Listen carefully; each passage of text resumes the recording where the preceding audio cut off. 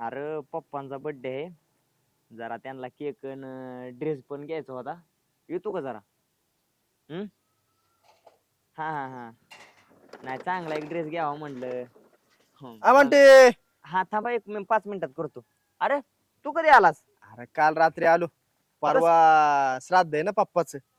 बापूचं श्राद्ध? हा आयला बापू गेलेले 1 वर्ष झाला. आता काय जेवणाऱ्या गोष्टी ते होऊन राहतात. आता काय आपण करायचं. वर्ष कधी सरलं हे सुद्धा कळलं नाही. तेवढं आहे.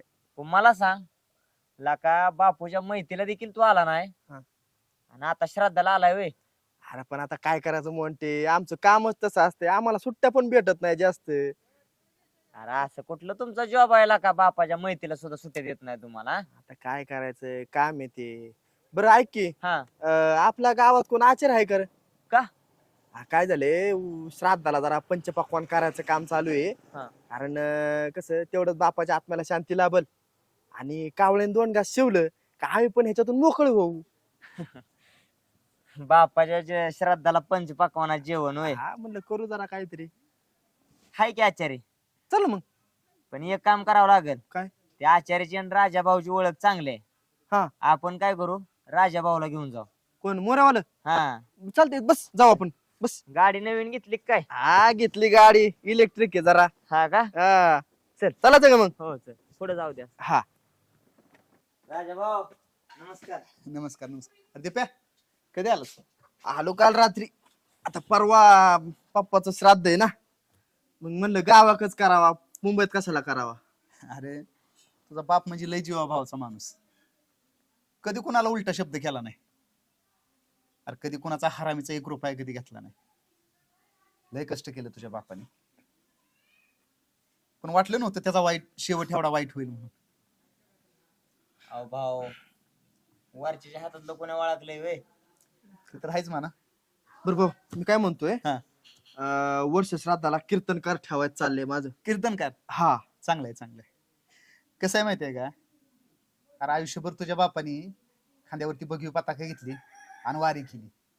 वर्ष श्राद्धाला कीर्तन ठेवलंच पाहिजे. आम्ही तर त्यांना कितीतरी वेळा सांगितलं होतं, पप्पा मुंबईला चला, पप्पा मुंबईला चला, पण त्यांचा एकच नाद, विठ्ठल विठ्ठल. अरे दिप्या, आता त्यांची पंढरीची वारी हीच त्यांची मुंबई होती. त्यातच त्यांनी जीवाची मुंबई करून घेतली. काय बरं भाऊ, हा. जमीन कामासाठी आलती. पंचपक्वान्नाचं जेवण चाललंय करायचं वर्ष श्राद्धाला. बर. तर म्हणजे कसं आचार्य आहे कोण, मी त्याला कसं पनीरची भाजी, रुमाल रोटी, लाडू, बर्फी, पेढे, जिलबी असं सगळं करता आलं पाहिजे. योग दिप्या, तू वर्ष श्राद्धाला पंचपक्वान्न कर, नाहीतर भाजीचा निवद दाखव. त्याने काही फरक पडणार नाही. असं कसं म्हणता भाऊ? बरं आता वर्ष श्राद्धाचं जेवण आहे म्हणलं, लोक येणार, गावातली लोक येणार, बाहेरची लोक येणार, माझ्या सासरकून 150 लोक येणार आहेत. त्यांना जेवण नाही दिलं ते नाराज होतील ना. आणि वरून बायकोनी स्पेशल सांगितले, माझ्या माहेरची माणसं येणार आहेत, त्यांना जेवाय चांगलं द्या. ती नाराज झालं कसं करायचं मग? लोक नाराज होतात, नावं ठेवतात मला. अरे दिप्या, गावानी आणि पाहुणे रावळ्यांनी तुला नावं तेव्हाच ठेवली ज्यावेळेस तुझा बाप भाकरी भाकरी करून मिळाला. तू गेला होतास मुंबईला. हा. अरे तू कधी आलाच का बाप मारायच्या अगोदर? बाप जिथं हाय का मिळालाय, काय खाल्लंय का उपाशी आहे, तुला त्यावेळेस तुझी मुंबई प्यारी होती ना. अरे आता वर्ष श्राद्धाला म्हण पंचपक्वान्नाचं जेवण घाल. पंचपक्वान्नाचं जेवण घालून काय उपयोग आहे? अरे ज्यावेळेस बाप जिवंत होता ना, त्यावेळेस त्याच्या भाकरीची तजवीज केली असते ना, तर तुझा बाप अजून 10 वर्ष जागला असता. म्हण वर्ष श्राद्धाला पंचपक्वान्नाचं जेवण घाल. काय गरज आहे रे पंचपक्वान्नाचं जेवण घालाय? हा.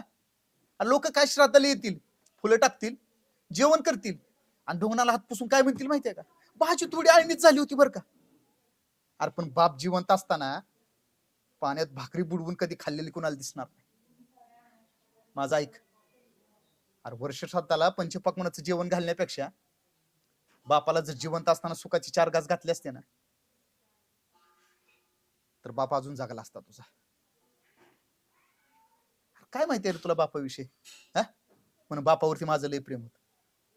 अरे काय, हा, आयुष्यभर वारी केली, आयुष्यभर बापान तुझ्या वारी केली. अरे काय म्हणतो तुकाराम महाराज माहितीये का? हा. जातोय पुण्याला तिकडे. अरे आई बाप केवळ काशी, त्यांनी न जावे तीर्थाशी. पुंडलिक काय केले?